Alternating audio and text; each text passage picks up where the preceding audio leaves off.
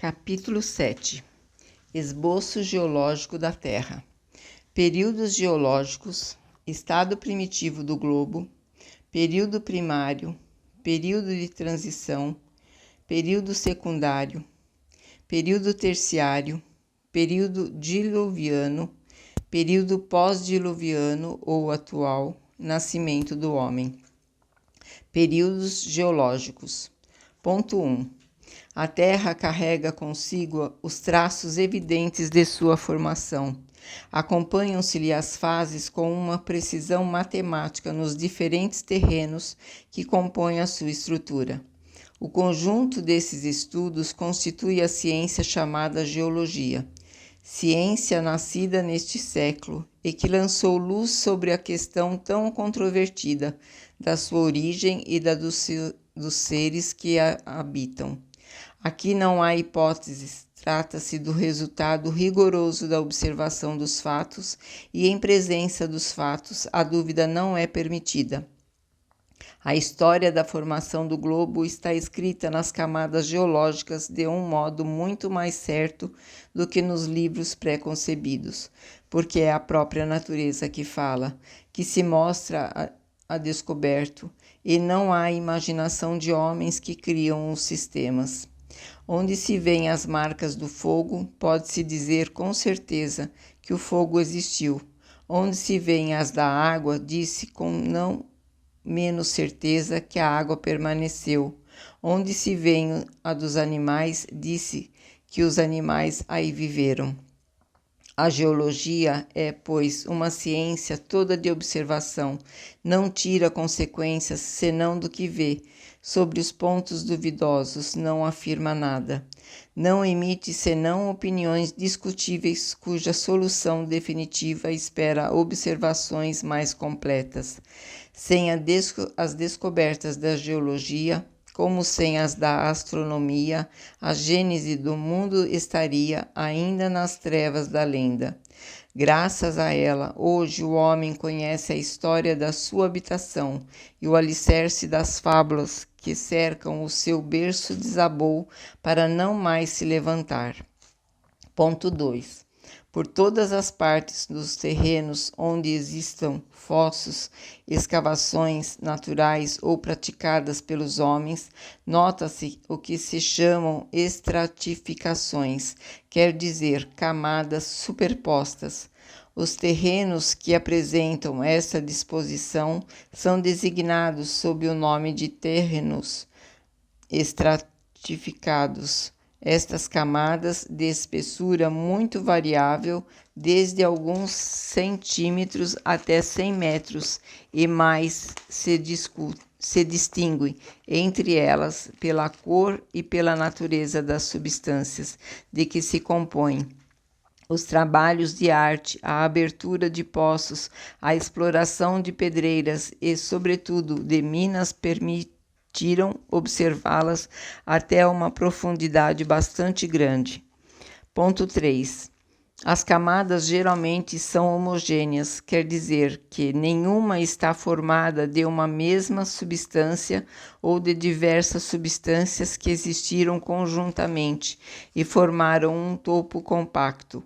A linha de separação que as isola uma das outras é sempre claramente traçada como nas bases de uma construção. Em nenhuma parte se vê misturarem-se e se perderem uma na outra, relativamente aos seus respectivos limites, como ocorre, por exemplo, nas cores do prisma e do arco-íris. Por estes caracteres, reconhece-se que foram formados sucessivamente, depositadas uma sobre a outra, nas condições e por causa das diferentes, as mais profundas, naturalmente, foram as primeiras a serem formadas, e as mais superficiais, posteriormente. A última de todas, a que se encontra na superfície, é a camada de terra vegetal, que deve as suas propriedades aos detritos de matérias orgânicas provenientes das plantas e dos animais. Ponto 4.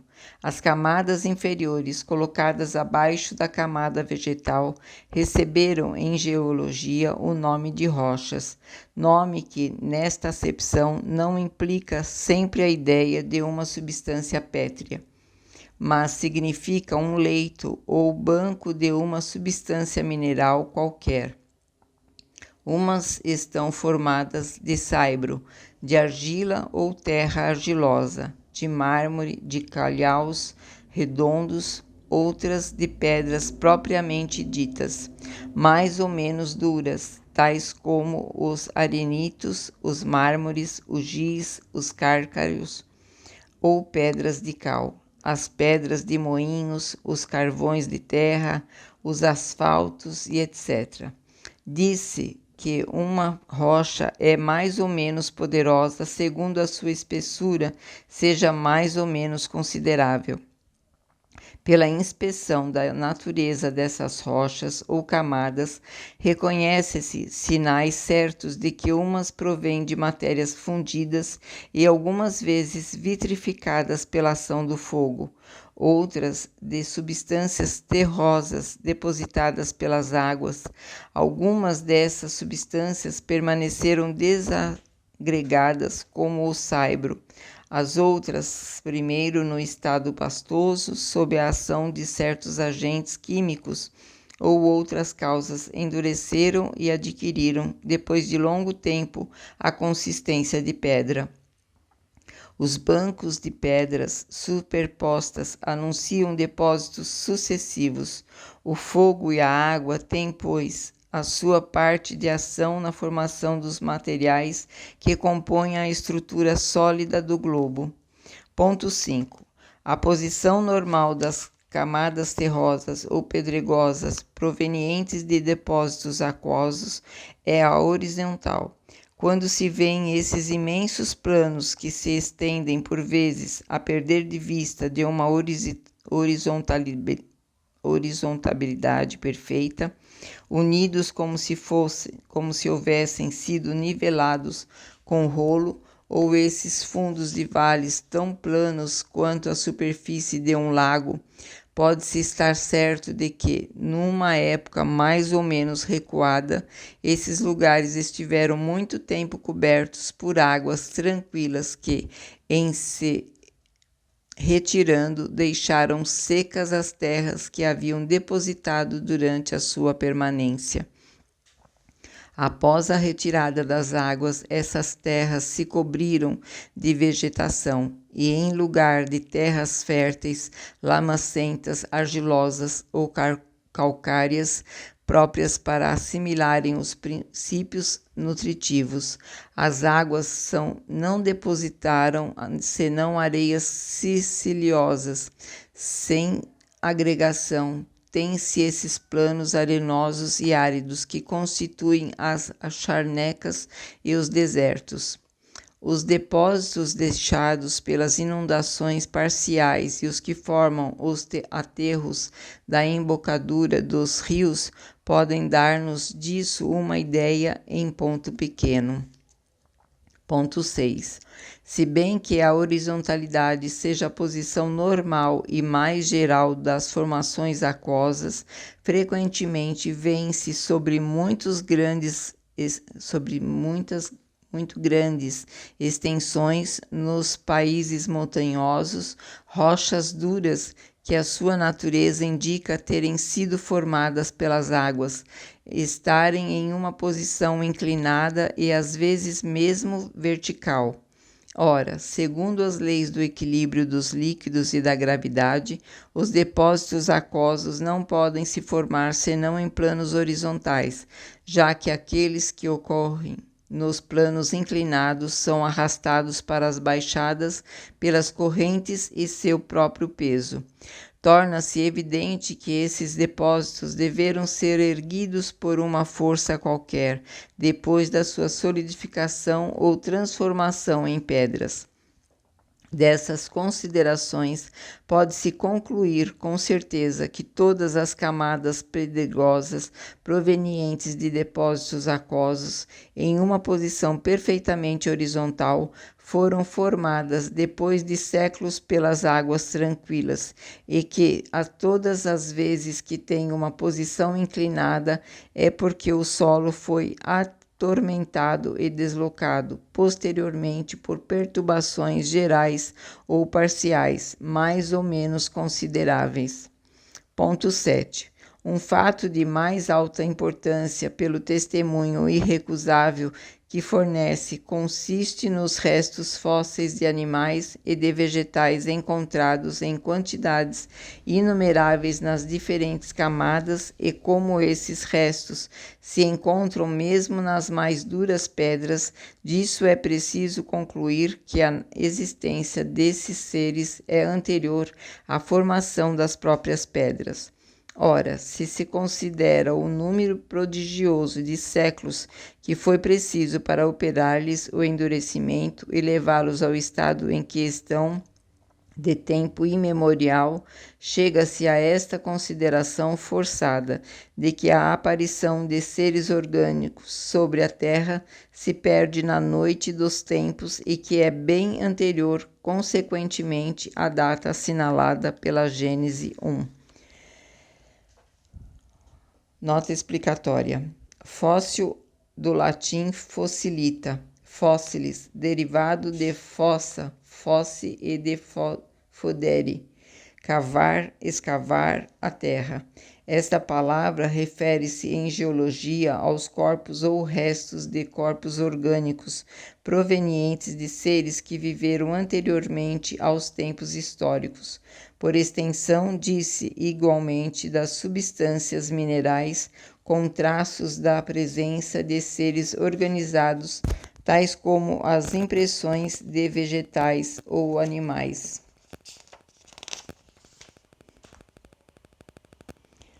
Ponto 8. Entre estes restos de vegetais e de animais, há os que foram penetrados em todas as partes de sua substância sem que a sua forma tenha sido alterada, por matérias silicosas ou calcárias que os transformaram em pedras, das quais algumas têm a dureza do mármore. São as petrificações propriamente ditas. Outras foram simplesmente envolvidas pela matéria em estado de moleza. Não são encontradas intactos e alguns em sua inteireza nas pedras mais duras. Outros, enfim, não deixaram senão marcas, mas de uma clareza e de uma delicadeza perfeitas.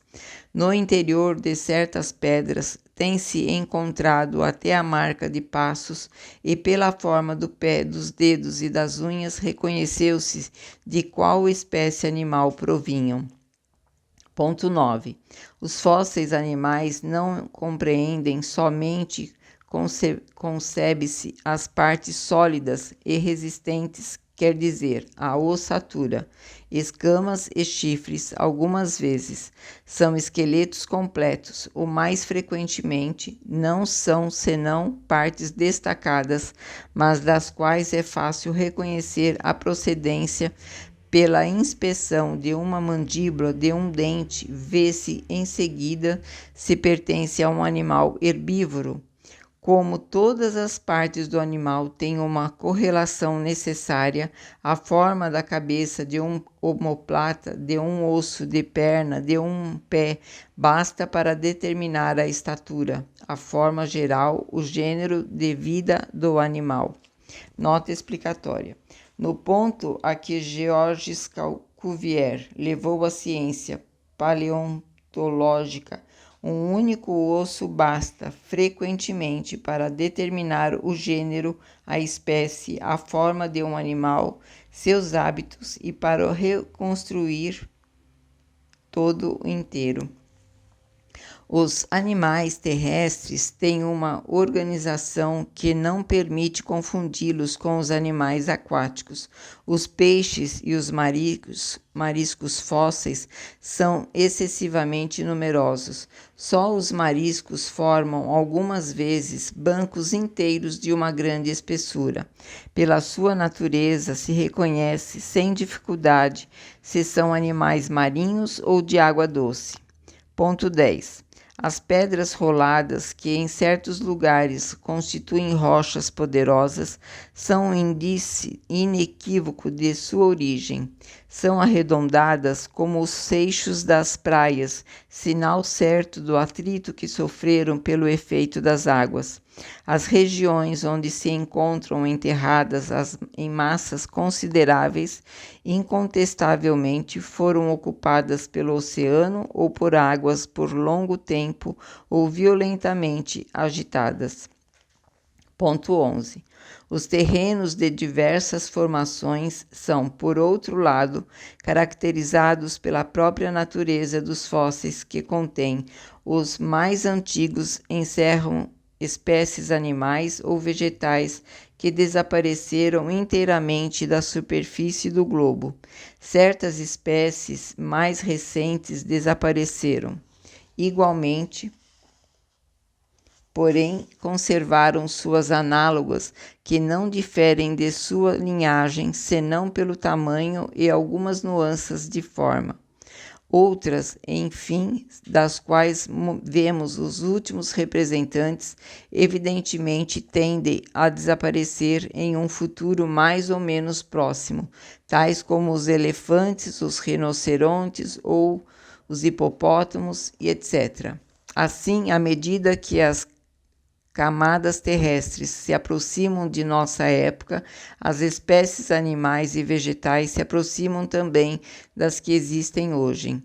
As perturbações, os cataclismas que ocorrem sobre a Terra desde a sua origem mudaram-lhe as condições de aptidão para a manutenção da vida e fizeram desaparecer gerações inteiras de seres vivos.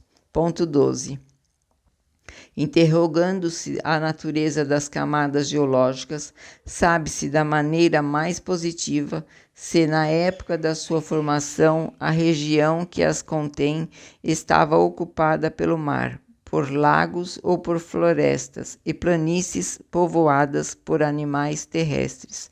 Se, pois, em uma mesma região encontra-se uma série de camadas superpostas, contendo alternativamente fósseis marinhos, terrestres e de água doce, várias vezes repetidas, é uma prova irrecusável de que essa mesma região foi por várias vezes invadida pelo mar, coberta de lagos e posta a seco.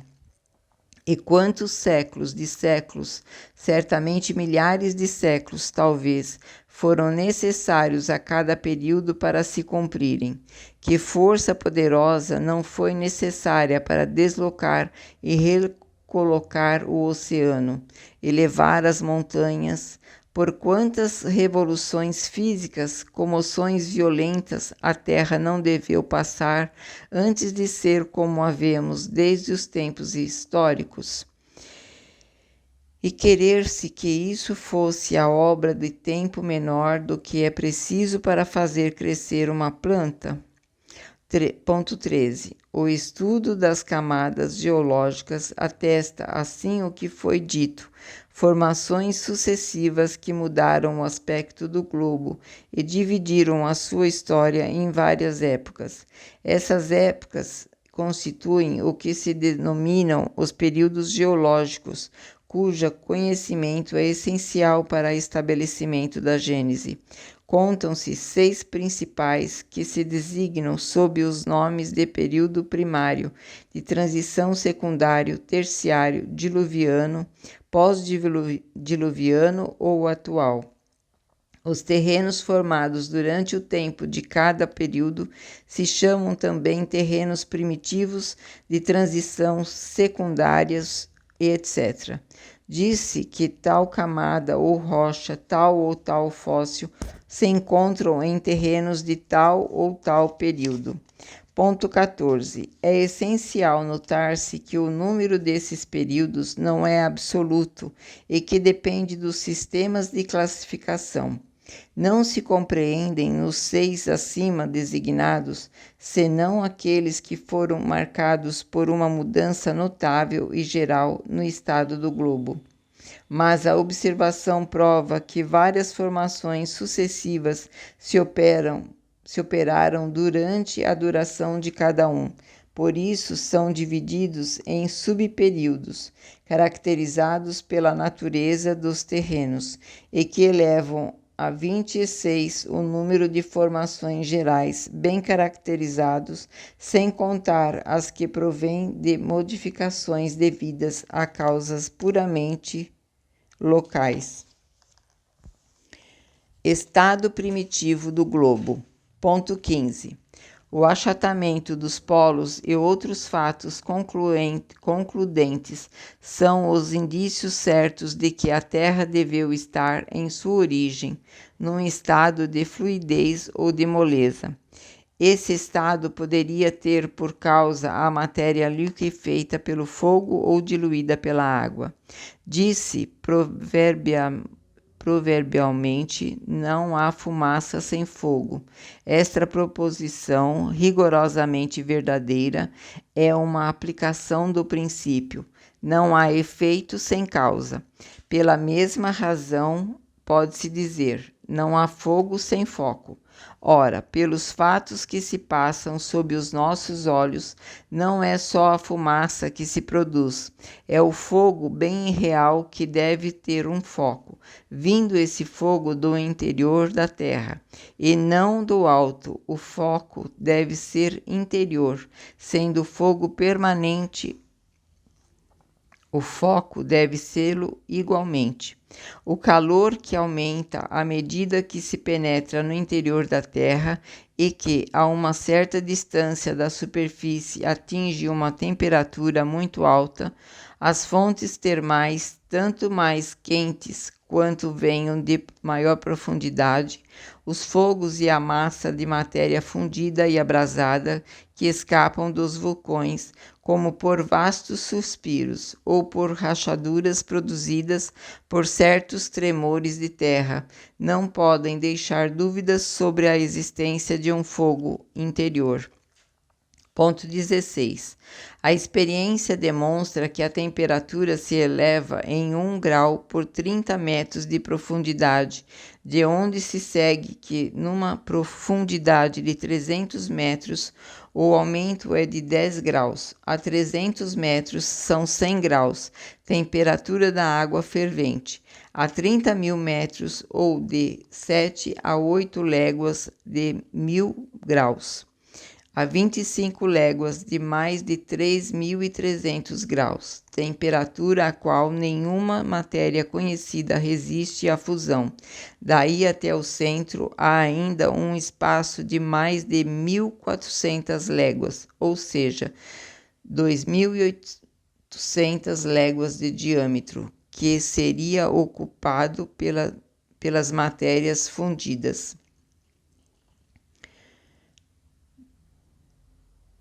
Se bem que não haja aí senão uma conjetura, julgando-se a causa pelo efeito, ela tem todos os caracteres da probabilidade e chega-se a esta conclusão de que a Terra ainda é uma massa incandescente recoberta de uma crosta sólida de 25 léguas ou mais de espessura, o que é apenas a 120 a parte de seu diâmetro. Proporcionalmente, seria muito menos que a espessura da mais fina casca de laranja. De resto, a espessura da crosta terrestre é muito variável, porque há lugares, sobretudo nos terrenos vulcânicos, onde o calor e a flexibilidade do solo indicam que ela é muito pouco considerável. A alta temperatura das águas térmicas é igualmente indício da vizinhança do fogo central. Ponto 17. Posto isto, torna-se evidente que o estado primitivo de fluidez ou de moleza da terra deve, por causa da ação do calor e não a de água. A terra era, pois, em sua origem, uma massa incandescente, em consequência da irradiação do calor. Chegou ao que chega toda a matéria em fusão. Pouco a pouco se resfriou, e o resfriamento naturalmente começou pela superfície, que endureceu, ao passo que o interior permaneceu fluido. Pode-se assim comparar a terra a um bloco de carvão saindo todo vermelho da fornalha e cuja superfície se apagou e se resfriou ao contato do ar que, sendo então quebrado, encontra seu interior ainda em brasa. Ponto 18. Na época em que o globo terrestre era uma massa incandescente, não continha um átomo a mais ou a menos que hoje, sob a influência dessa alta temperatura. Somente a maioria das substâncias que o compõem e que vemos sob a forma de líquidos ou de sólidos, de terras, de pedras, de metais e de cristais, encontravam-se num estado bem diferente. Não fizeram senão sofrer uma transformação, em consequência do resfriamento e das misturas dos elementos formaram novas combinações. O ar, consideravelmente dilatado, deveria estender-se numa distância imensa. Toda a água, forçosamente reduzida a vapor, estava misturada ao ar. Todas as matérias suscetíveis de se volatilizarem, tais como os metais, o enxofre e o carbono, encontram-se aí no estado de gás. O estado da atmosfera nada tinha de comparável, pois, ao que ela é hoje. A densidade de todos esses vapores dava-lhe uma opacidade que nenhum raio do sol podia atravessar. Se um ser vivo pudesse existir na superfície do globo, nessa época não seria clareado, senão pelo brilho sinistro da fornalha colocada sob seus pés e da atmosfera esbraseada, e não suspeitaria mesmo da existência do Sol. Período primário. Ponto 19. O primeiro efeito do resfriamento foi solidificar a superfície exterior da massa em fusão e dela formar uma crosta resistente que, fina de início, se espessou pouco a pouco. Essa crosta constitui a pedra chamada granito, de extrema dureza, assim chamada por seu aspecto granulado. Nela se distinguem 3 substâncias principais: o feldspato, o quartzo ou cristal de rocha, e a mica. Esta última tem o brilhante metálico, embora não seja um metal. A camada granítica, foi a primeira formada no globo, que ela envolve por inteiro e do qual constitui de alguma forma o esqueleto ósseo. Ela é o produto direto da matéria em fusão consolidada. Foi sobre ela e nas cavidades que a sua superfície atormentada apresentava que sucessivamente foram depositadas as camadas de outros terrenos formados posteriormente. O que as distingue destes últimos é a ausência de toda a estratificação, quer dizer que ela forma uma massa compacta e uniforme em toda a sua espessura e não disposta por camadas. A efervescência da matéria incandescente deveria aí produzir numerosas e profundas rachaduras, pelas quais se derramaria essa matéria. Ponto 20. O segundo efeito desse resfriamento foi o de liquefazer alguma das matérias contidas no ar no estado de vapor e que se precipitaram na superfície do solo. Então houve chuvas e lagos de enxofre e de betume verdadeiros riachos de ferro, de cobre, de chumbo e outros metais fundidos. Essas matérias, infiltrando-se nas fissuras, constituíram os veios e filões metálicos. Sob a influência desses diversos agentes, a superfície granítica experimentou decomposições alternativas. Fizeram-se as misturas que formaram os terrenos primitivos, propriamente ditos, distintos da rocha granítica, mas em massas confusas e sem estratificações regulares. Vieram sem seguida as águas que, caindo sobre um solo ardente, se vaporizavam de novo, recaíram em chuvas torrenciais e assim em diante, até que a temperatura lhe permitiu permanecer sobre o solo no estado líquido. É na formação dos terrenos graníticos que começa a série dos períodos geológicos, aos quais conviria acrescentar o do estado primitivo de incandescência do globo. Ponto 21.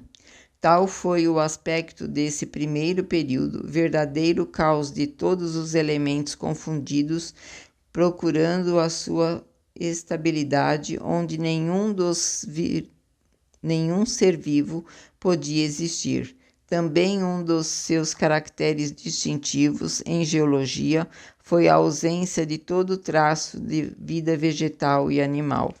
É impossível assinalar uma duração determinada a esse primeiro período, não menos que aos seguintes, mas segundo o tempo necessário a uma bola de carvão de um volume dado, aquecida ao vermelho-branco, para que a sua superfície seja resfriado ao ponto de uma gota d'água possa nela permanecer no estado líquido, calculou-se se essa bola tivesse o tamanho da Terra, ter-lhe seriam necessários mais de 1 milhão de anos.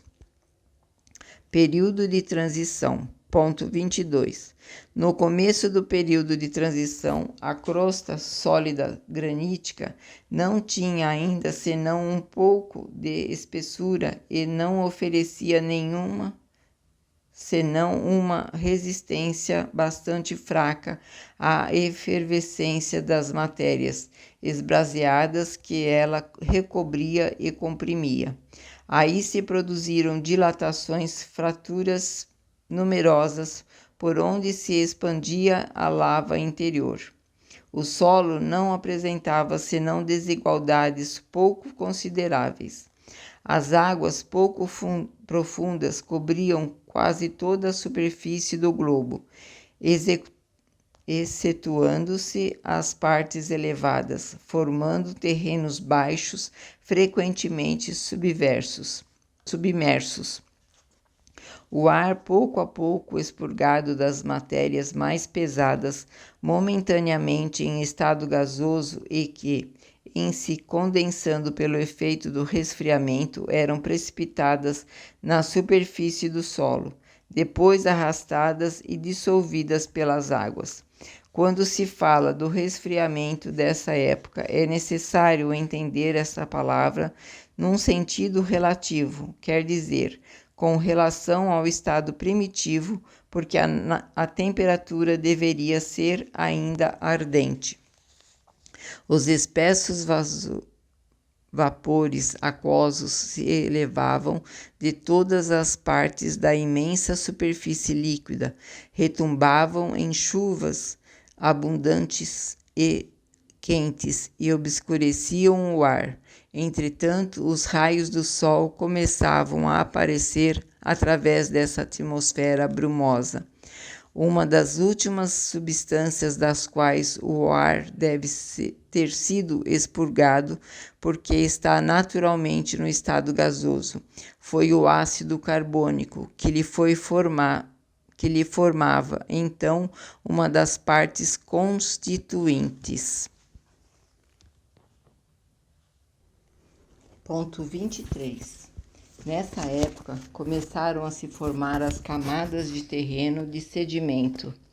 depositadas pelas águas carregadas de lama e de matérias diversas, próprias da vida orgânica.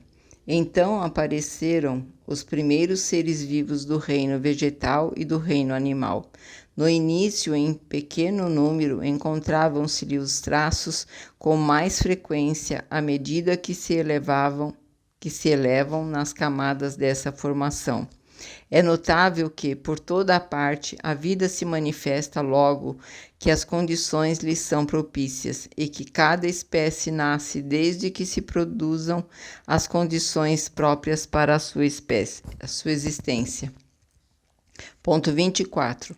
Os primeiros seres orgânicos que aparecem sobre a Terra foram os vegetais da menos complicada organização, designados em botânica sob o nome de criptógamos, acotiledôneos, monocotiledôneos, quer dizer, os líquens, cogumelos, musgos, fetos e plantas herbáceas.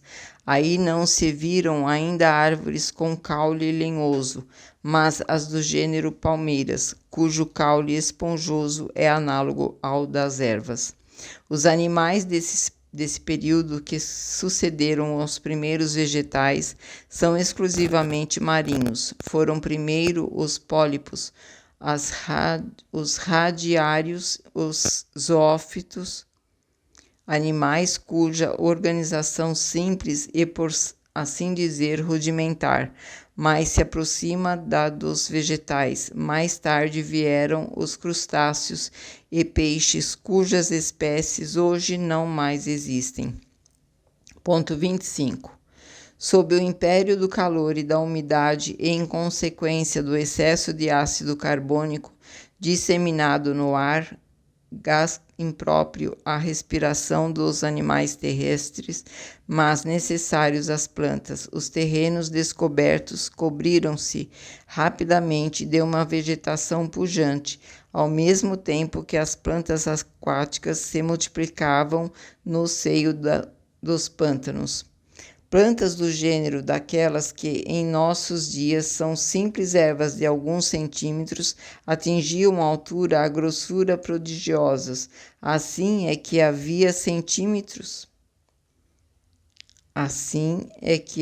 florestas de fetos arborescentes de 8 a 10 metros de altura e de grossura proporcional.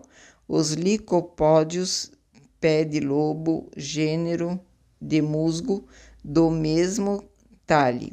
Cavalinhas, nota explicatória. Planta pantanosa, vulgarmente chamada rabo de cavalo, de 4 a 5 metros, que tem hoje apenas 1 metro, e uma infinidade de espécies que não existem mais. No fim do período começaram a aparecer algumas árvores do gênero conífero ou pinheiro.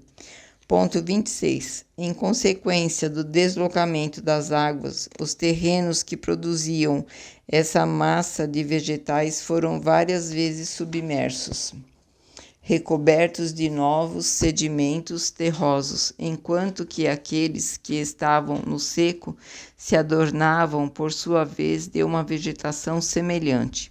Assim, houve várias gerações de vegetais alternativamente aniquiladas e renovadas. O mesmo não ocorreu com os animais, que, sendo todos aquáticos, não podiam sofrer essas alternativas. Esses detritos, acumulados durante longa série de séculos, formaram camadas de grande espessura, sob a ação do calor, da umidade e da pressão exercida pelos depósitos terrosos posteriores e, sem dúvida, de diversos agentes químicos, de gás, de ácidos e de sais, produtos da combinação dos elementos primitivos. Essas matérias vegetais sofreram uma fermentação que as converteram em hulha ou carvão de terra. As minas de hulha são, pois, o produto direto da decomposição dos montões de vegetais acumulados durante o período de transição. É por isso que se encontram em quase todos os continentes. Nota explicatória. A turfa formou-se do mesmo modo pela decomposição das acumulações de vegetais nos terrenos pantanosos, mas com essa diferença, que sendo muito mais recente e sem dúvida em outras condições, não teve tempo para se carbonizar. Ponto 27. Os restos fósseis da vegetação pujante dessa época, encontrando-se sob os gelos das terras polares, tão bem como na zona tórrida, é necessário disso concluir que, uma vez que a vegetação era uniforme, a temperatura deveria sê-lo igualmente. Os polos, pois, não eram cobertos de gelo como agora, e que então a terra tirava o seu calor de si mesma, do fogo central que aquecia de maneira igual toda a camada sólida, embora pouco espessa. Esse calor era bem superior ao que podiam dar os raios solares, fracos, aliás, pela densidade da atmosfera. Só mais tarde, quando o calor central não pôde exercer sobre a superfície exterior do globo senão uma ação fraca ou nula, a do Sol tornou-se preponderante e as regiões polares, que não recebiam senão os raios oblíquos, dando muito pouco calor, se cobriram de gelo. Compreende-se que na época de que falamos, e ainda muito tempo depois, o gelo era desconhecido sobre a Terra. Esse período deve ter sido muito longo, a julgá-lo pelo número e pela espessura das camadas de hulha.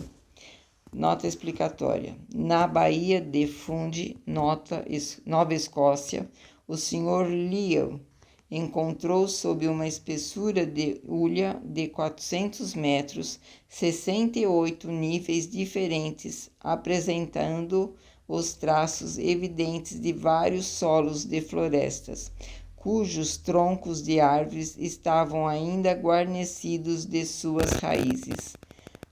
L. Figuier.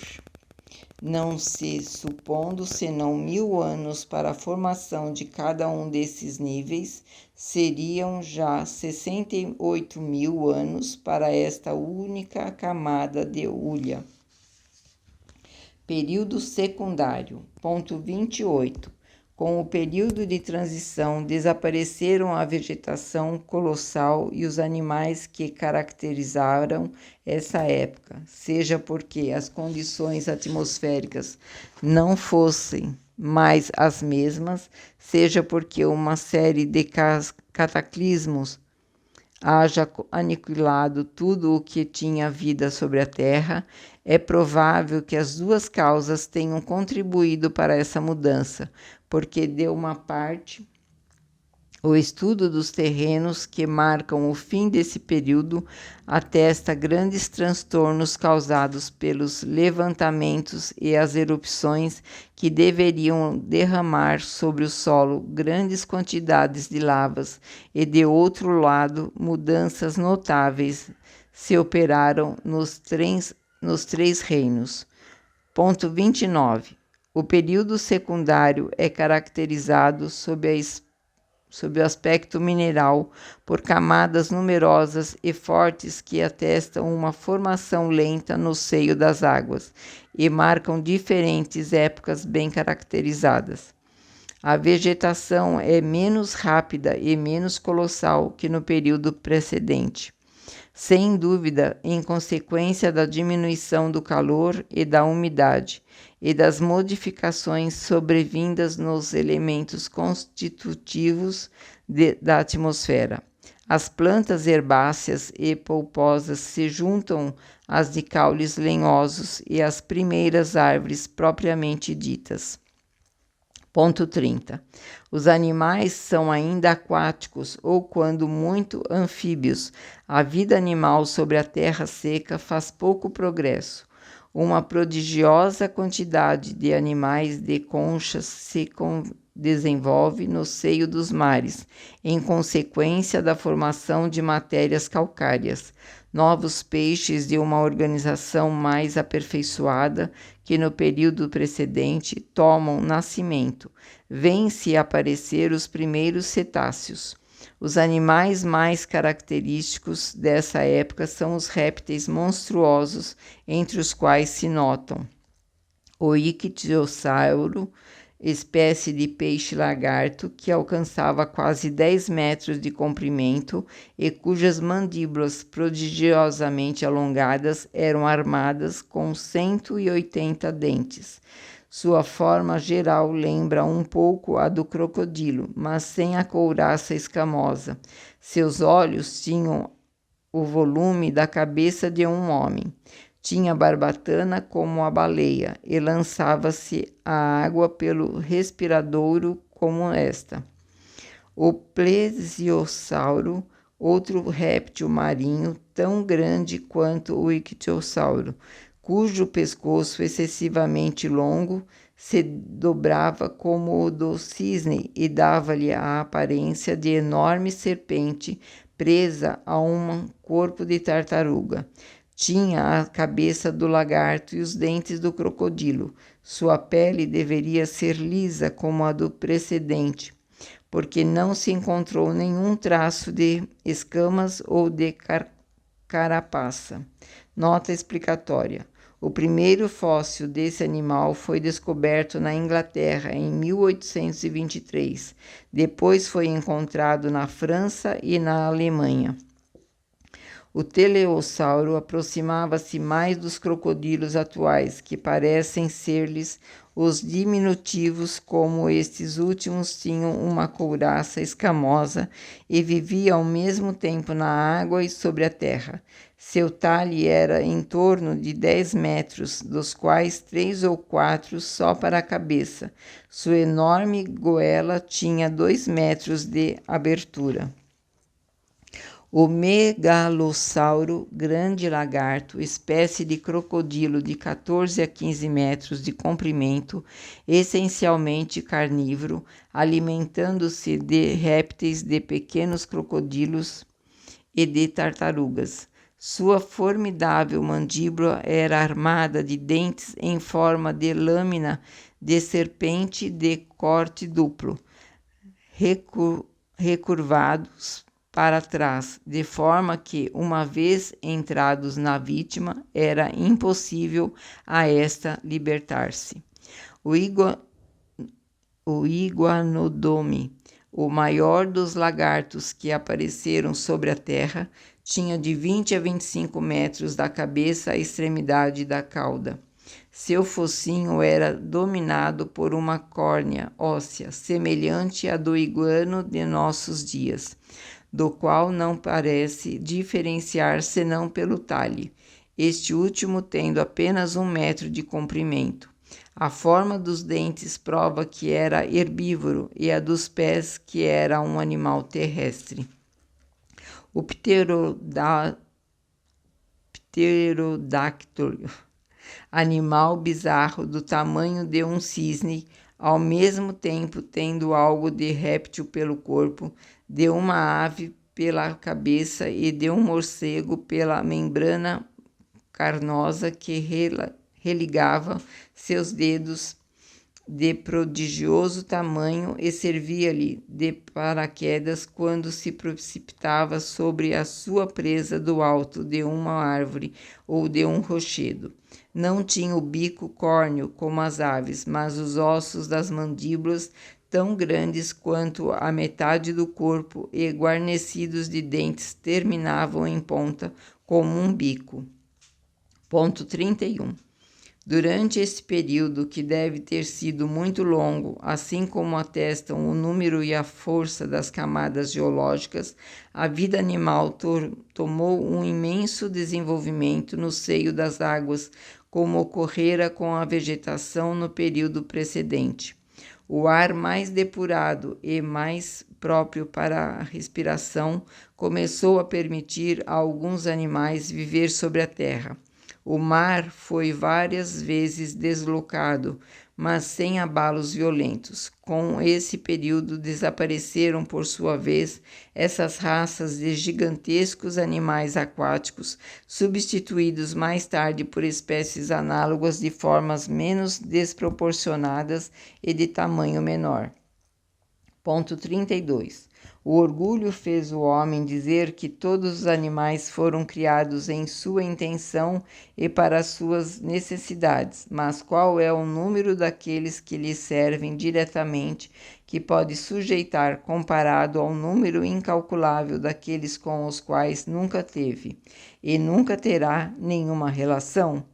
Como sustentar semelhante tese em presença dessas inumeráveis espécies que povoaram sozinhas a Terra milhares e milhares de séculos antes que ele mesmo viesse e desapareceram? Pode-se dizer que elas foram criadas para o seu proveito? No entanto, essas espécies tinham todas a sua razão de ser, a sua utilidade.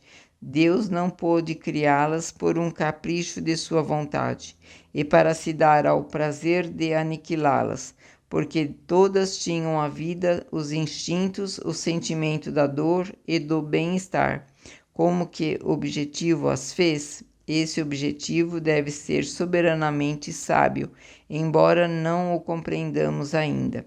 Talvez um dia seja dado ao homem conhecê-lo para confundir o seu orgulho. Mas, à espera disso, como as ideias crescem em presença desses horizontes novos, nos quais lhe é permitido agora mergulhar os olhares diante do espetáculo imponente desta criação tão majestosa em sua lentidão, tão admirável em sua previdência, tão pontual, tão precisa e tão invariável em seus resultados. Período terciário. Ponto 33. Com o período terciário começa para a Terra uma nova ordem de coisas. O estado de sua superfície muda completamente de aspecto. As condições de vitalidade são profundamente modificadas e se aproximam do estado atual. Os primeiros tempos deste período são assinalados por uma parada na produção vegetal e animal. Tudo leva às marcas de uma destruição quase geral dos seres vivos e então aparecem sucessivamente novas espécies cuja organização mais perfeita está adaptada à natureza do meio em que foram chamadas a viver. Ponto 34. Durante os períodos precedentes, a crosta sólida do globo, em razão da sua pouca espessura, apresentava, como se disse, uma resistência bastante fraca à ação do fogo interior. Esse envoltório facilmente dilaceral permitia às matérias em fusão se derramarem livremente na superfície do solo.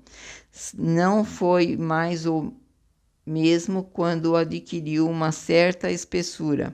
As matérias abrasadas, comprimidas por toda parte, como a água em ebulição num vaso fechado, acabaram por produzir uma espécie de explosão. A massa granítica, violentamente quebrada numa multidão de pontos, foi sulcada por quebraduras como um vaso rachado. No percurso dessas rachaduras, a crosta sólida, erguida e aprumada, formou os picos, as cadeias de montanhas e suas ramificações. Certas partes do envoltório não dilaceradas foram simplesmente elevadas, ao passo que sobre outros pontos produziram-se abatimentos e escavações. A superfície no solo tornou-se então muito desigual. As águas que até este momento cobriram-no de maneira quase uniforme sobre grande parte de sua extensão foram recalcar nas partes mais baixas, deixando no seco vastos continentes ou cimos de montanhas isoladas que formaram as ilhas. Tal foi a grande fenômeno que se cumpriu no período terciário e que transformou o aspecto do globo. Não se produziu nem instantânea, nem simultaneamente, sobre todos os pontos, mas sucessivamente em épocas mais ou menos afastadas. Ponto 35. Em uma das primeiras consequências desse soerguimento foi, como se disse, a inclinação das camadas de sedimento primitivamente horizontais e que firmaram nesta última posição por toda a parte onde o solo não se transtornou.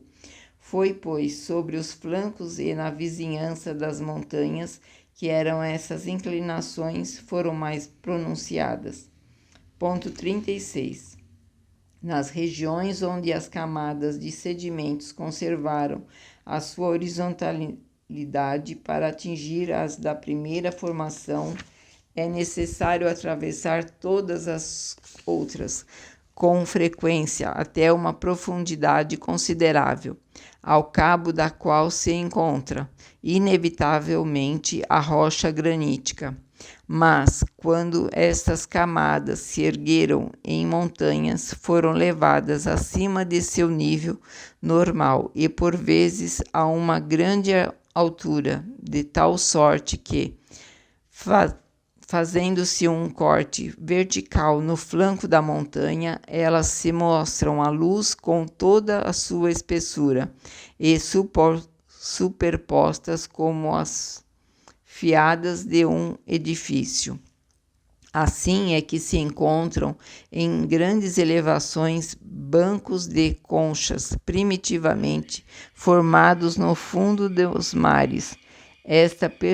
Está perfeitamente reconhecidos hoje. Em nenhuma época o mar pôde alcançar uma altura tal, porque todas as águas que existem sobre a terra não bastariam mesmo quando fossem 100 vezes mais.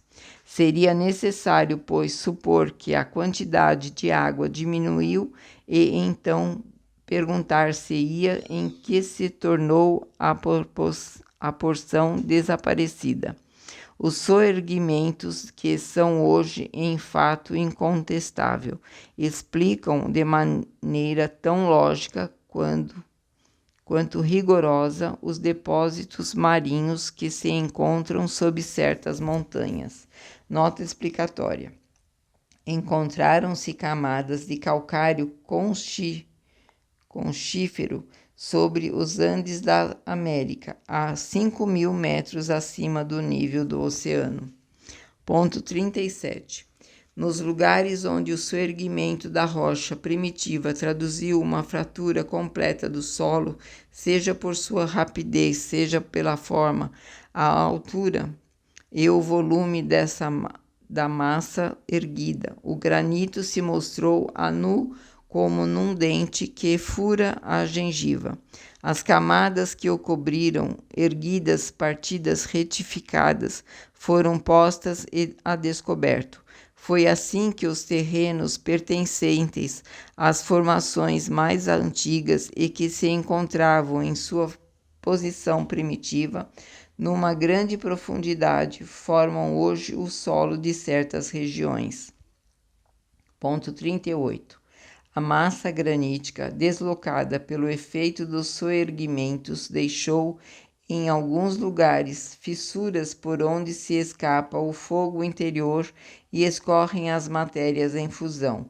Esses são os vulcões. Os vulcões são como chaminés dessa imensa fornalha, ou melhor ainda, são válvulas de segurança, as quais, dando uma saída ao excesso de matérias ígneas, preservam de comoções muito mais terríveis, de onde se pode dizer que o número de vulcões em atividade é uma causa de segurança para o conjunto da superfície do solo. Pode-se fazer ideia da intensidade desse fogo, pensando quantos vulcões se abrem no próprio seio do mar e que a massa da água que os recobre e penetra não basta para extingui-los. Ponto 39. Os soerguimentos operados na massa sólida necessariamente deslocaram as águas que recuaram para as partes ocas, tornadas mais profundas pelos levantamentos dos terrenos emersos e pelos desmoronamentos, mas esses mesmos baixios, soerguidos por sua vez, ora num lugar, ora noutro, expulsaram as águas que refluíram alhures, e assim por diante, até que estas pudessem tomar uma posição mais estável. Os deslocamentos sucessivos desta massa líquida forçosamente cavaram e acidentaram a superfície do solo. As águas, em se escoando, arrastaram uma parte dos terrenos de formações anteriores postas a descoberto. Pelos soerguimentos, desnudaram certas montanhas que delas estavam recobertas e deram à luz sua base granítica ou calcária. Vales profundos foram cavados e outros cobertos. Há, pois, montanhas diretamente formadas pela ação do fogo central. São principalmente as montanhas graníticas, outras são devidas à ação das águas, que arrastando as terras móveis e matérias solúveis, cavaram vales ao redor de uma base resistente, calcária ou outra qualquer. As matérias arrastadas pelas correntes das águas formaram as camadas do período terciário, que se distinguem facilmente das precedentes, menos pela sua composição, que é quase a mesma, do que pela sua disposição. As camadas no período primário, de transição e secundário, formadas sobre uma superfície pouco acidentada, são quase uniformes por toda a Terra. As do período terciário, ao contrário, formadas sobre uma base muito desigual e pelo arrastamento das águas, têm um caráter local. Por toda a parte, cavando a uma certa profundidade, encontram-se todas as camadas anteriormente na ordem de sua formação, ao passo que não se encontra por toda parte o terreno terciário, nem todas as camadas deste. Ponto 14. Ponto 40. Durante os transtornos do solo que ocorreram no início deste período, concede-se que a vida orgânica sofreu um tempo de parada, o que se reconhece na inspeção dos terrenos privados de fósseis. Mas desde que veio um estado mais calmo, os vegetais e os animais reapareceram. Tendo mudado as condições de vitalidade, a atmosfera mais depurada, viu-se a formação de novas espécies de uma organização mais perfeita.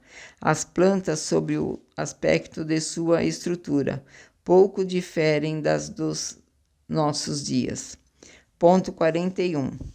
Durante os 2 períodos precedentes, os terrenos não cobertos pelas águas ofereciam pouca extensão e ainda eram pantanosos e frequentemente submersos, por isso não havia senão animais aquáticos ou anfíbios. O período terciário, que viu a formação de vastos continentes, caracteriza-se pela aparição dos animais terrestres. Do mesmo modo que o período de transição viu nascer uma vegetação colossal, o período secundário, com répteis monstruosos, este vê o aparecimento de mamíferos gigantescos, tais como o elefante, o rinoceronte, o hipopótamo, o paleotério, o megatério e o dinotério, o mastodonte, o mamute e etc. Estas duas últimas variedades de elefantes tinham de 5 a 6 metros de altura e as suas presas até 4 metros de comprimento. Viu nascer igualmente as aves, assim como a maioria das espécies que vivem ainda em nossos dias.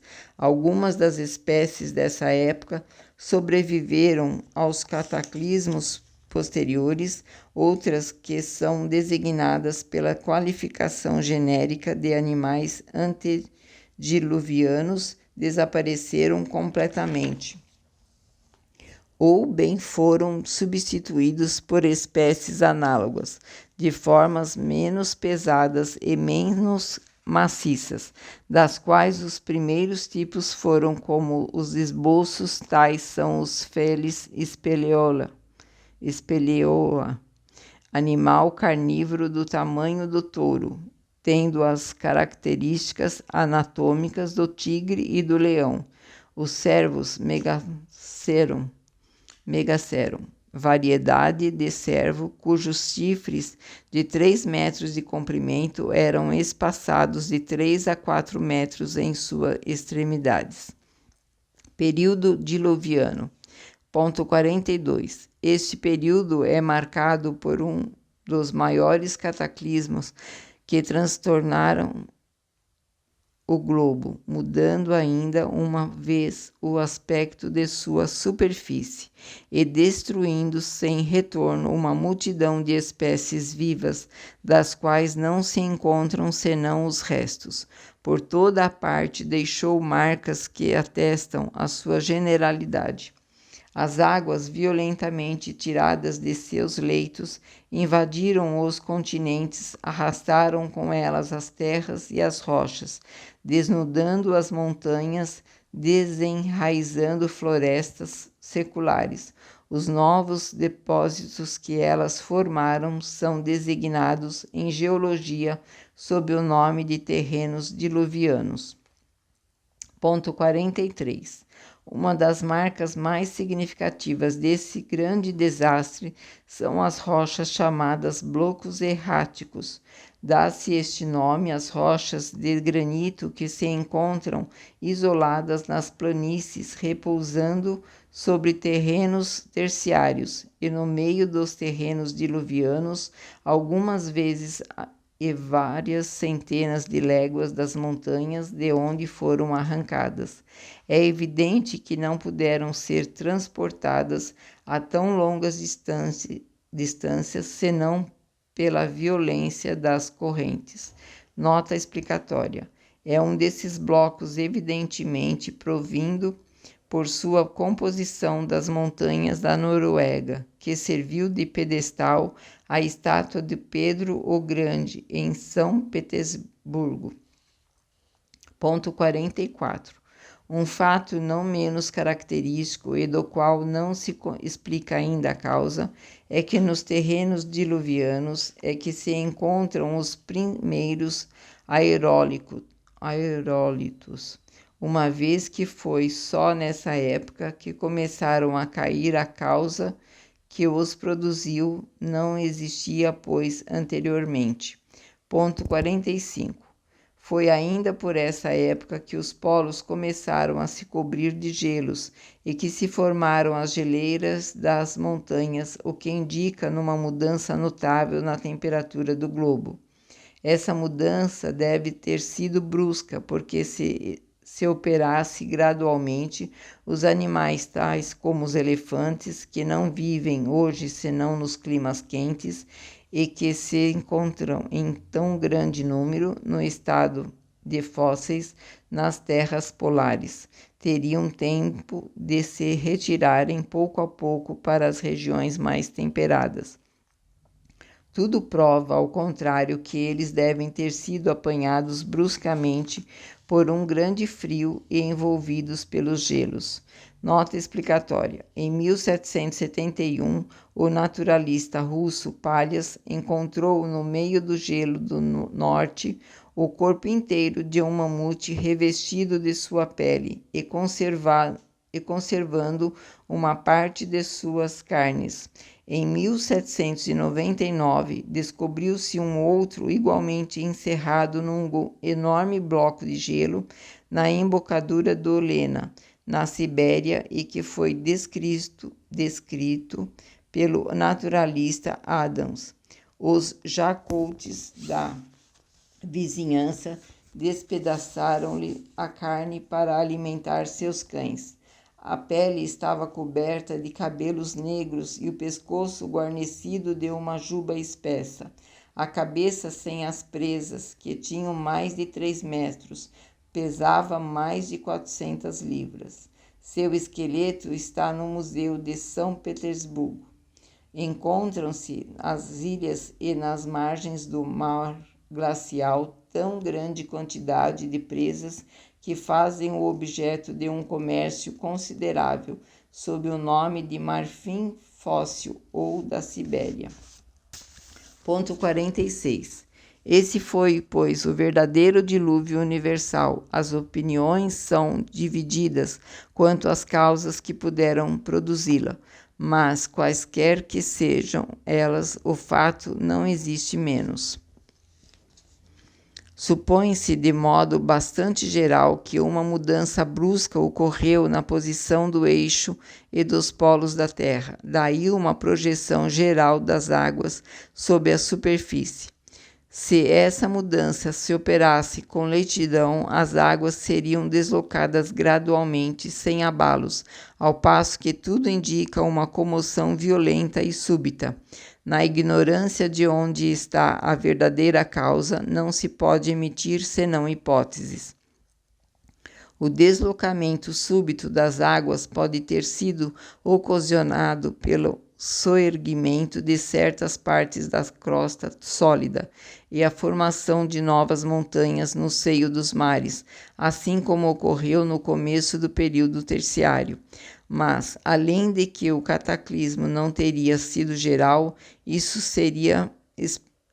não explicaria a mudança súbita da temperatura dos polos. Ponto 47.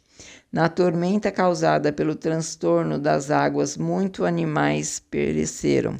Outros, para escaparem da inundação, retiraram-se para as alturas, nas cavernas e grutas, onde pereceram em massa, seja pela fome, seja pela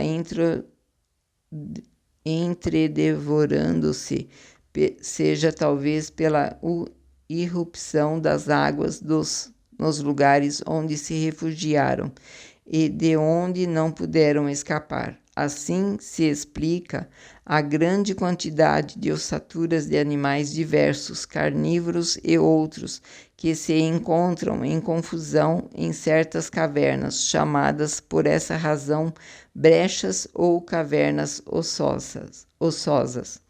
São encontradas mais frequentemente sob as estalagmites. Em algumas, as ossadas parecem ter sido arrastadas para ali pela corrente das águas. Nota explicatória. Conhece-se um grande número de cavernas semelhantes, das quais algumas têm uma extensão considerável. Existem no México que têm várias léguas. As de Aldersberg, em Württemberg, há várias na França, na Inglaterra, na Alemanha, na Cilícia e em outros países da Europa. Período pós-diluviano ou atual. Nascimento do homem. Ponto 48. Uma vez restabelecido o equilíbrio na superfície do globo, a vida animal e vegetal prontamente retomou o seu curso. O solo fortalecido tomara posição mais estável, o ar mais depurado, convinha a órgãos mais delicados.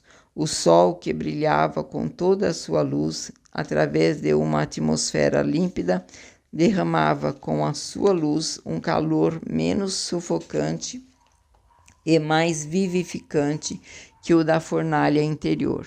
A terra se povoava de animais menos ferozes e mais sociáveis. Os vegetais mais suculentos ofereciam uma alimentação menos grosseira. Tudo, enfim, estava preparado sobre a terra para o novo hóspede que deveria habitá-la. Foi então que apareceu o homem, no último ser da criação, aquele cuja inteligência deveria doravante concorrer para o progresso geral, progredindo ele mesmo. Ponto 49. O homem não existe realmente sobre a Terra senão depois do período diluviano ou apareceu antes dessa época?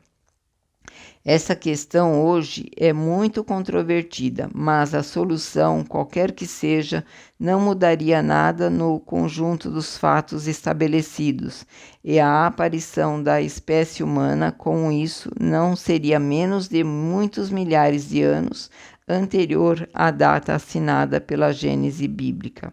O que fizera pensar que a aparição dos homens fora posterior ao dilúvio foi que não se encontrou nenhuma marca autêntica de sua existência durante o período anterior. As ossadas descobertas em vários lugares e que fizeram crer na existência de uma pretensa raça de gigantes antediluvianos foram reconhecidas por ossadas de elefantes. O que não é duvidoso é que o homem não existia nem no período primário, nem no de transição, nem no período secundário, não só porque não se encontra nenhum traço dele, mas porque as condições de vitalidade não existiam para ele.